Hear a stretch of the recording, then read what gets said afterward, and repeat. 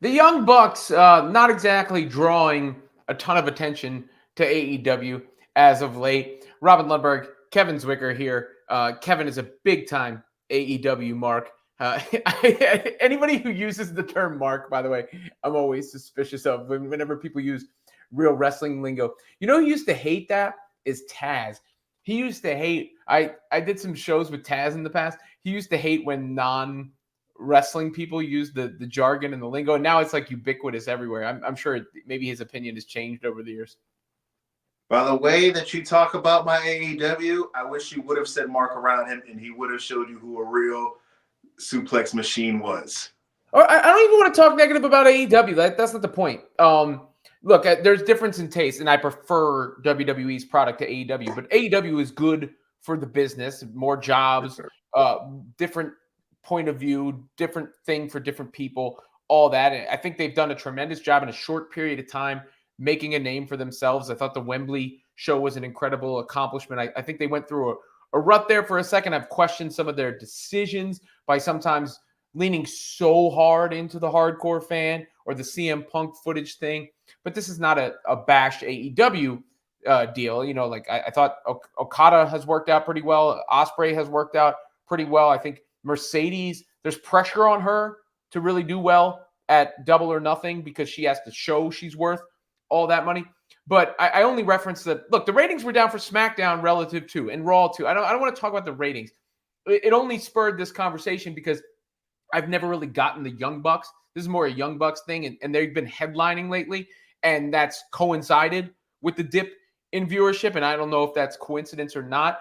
And it led to our side conversation about how important work rate is in professional wrestling, because I'd say it's not the most important thing, right? Like, to me, it's part of the mix. It's part of the stew, of course, but you can go through the years and you can single out wrestlers who have made an imprint on people that people remember, like Goldberg and Sid and the Ultimate Warrior and so on and so forth, who people would say are garbage workers. And then when you talk about the biggest names in the history of the business, Hulk Hogan, not renowned for being a worker. The Rock and Stone Cold are good, but they're not like, masters of the mat. Same for Cena. I think Roman is so underrated for his ability to tell a story in the ring and pace a match. So I don't even like throwing, but same deal with him. He's not, he's not all over the place and doing all the flips and stuff. And that goes for most of the titans of the game. I mean, Bret Hart might be on the other side of it. Shawn Michaels to a certain extent, and maybe that's why the Bret-Shawn dynamic took on a life of its own beyond their feud. So I would say that the number one most important thing is to put butts in seats. Thank you for the house, to connect with the fans. And then I think storytelling and all that is super important too, because as great as like the Bryan Danielson and Ospreay match was, and you could see it, like the energy in that crowd, they really appreciated it beforehand. To me, there's a huge difference between something like that and Cody and Roman, because the investment we had in Cody and Roman. And that's when I think professional wrestling is at its absolute apex, when all the things come together, when you've got the characters, when you've got the story, and when you've got the good match. And I think sometimes AEW has fallen into the trap of just having a match for the match's sake. Well, if we look at what AEW is supposed to be about, it's supposed to be the alternative, And if we look at the history of WWE, you mentioned superstars like Hogan and Rock and Austin and Warrior and stuff like that. Their main thing is we want a guy or girl who has charisma, all right? Work rate be damned. That's cool. If you can work, that's a bonus. But we want you to be as charismatic as possible. And that's where AEW comes in. This is for the people that want to see graps, where wrestling is the most important thing. If I had to compare AEW to a wrestler, I would say that AEW is Dean Malenko. If anybody knows who Dean Malenko is, the man of 1,000 holds. The guy wasn't the most charismatic. He wasn't the biggest, the most good-looking guy, but the guy could go. And that's the main thing that is the most important thing in AEW. And I feel like that AEW is for the audience. That's what it's for, to feed that audience. AEW is Daniel Bryan.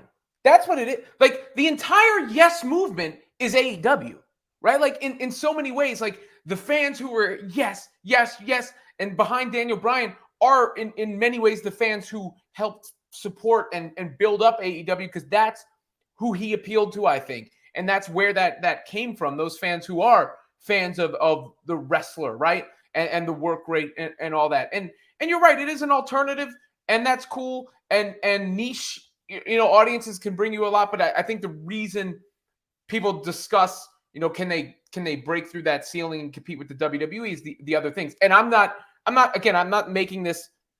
drawing a line in the sand of WWE versus AEW. I'm talking professional wrestling as a whole, because I've actually had this conversation before where, like, if you were to tell me, like, where does the wrestling part of it fall? I would say third or fourth, something like it's funny as that sounds. Because promos, people remember longer than they do matches most of the time. Storylines, they remember longer than they do matches. Sometimes even entrances, they remember longer than they do matches most of the time. But the match is what puts it over the top.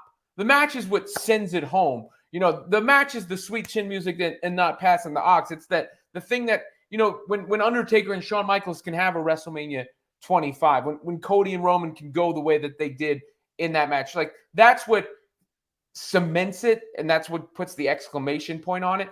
And most of it's not like the WWE PLEs aren't all matches. They are all matches, but it feels like most of the time it's a culmination of events, which makes the matches, to me, have more meaning, is I guess what I'm trying to say. Yeah, and I totally understand it. If you're just asking my personal preference of what I like, story is important, okay? To me, story is basically, if it's a hot fudge sundae, the story is the cherry, the peanuts, and the hot syrup, all right? But the most important part of the sundae is the ice cream. And that's me. I'm a Graps guy. Like, Danielson versus Ospreay is probably the greatest match I've ever seen. All right. And that's a bold statement. I've been watching wrestling since I came out the womb. And that's the greatest match I've ever seen. You said that your match of the year is Cody and Roman, and that's cool. I agree with that. That doesn't bother me. It's a match that I enjoyed as well. It was an important storyline that has been culminating for almost 2 years now, and I understand why you like it. It's just me. I'm a Danielson Ospreay guy, man. I love the Billy Goat. Well, you know what? Like, I can go all the way back to Steamboat and Savage at WrestleMania 3, and Shawn Michaels, to me, is the best ever in the ring. But let me give some recent examples that maybe draw this distinction a little bit and hammer home my point. Some of the best recent matches I've seen were Brock Lesnar and Roman Reigns at SummerSlam, the joint with the tractor trailer, with the ring. Like, if you're telling me matches you would show to people who've never seen wrestling to get them into it, like, that one is up there. Bad Bunny against Damian Priest, the crowd in Puerto Rico, and Sami Zayn against Johnny Knoxville at WrestleMania a few years ago. So, obviously Johnny Knoxville doesn't have the work rate of, a world-class professional wrestler, but the show can still be put on and really be hit home and hammer home with the audience in matches like that. And I suppose that's the best example of the point I'm making, though. I want to see a great match too. I'm not saying of course I want to see a great match.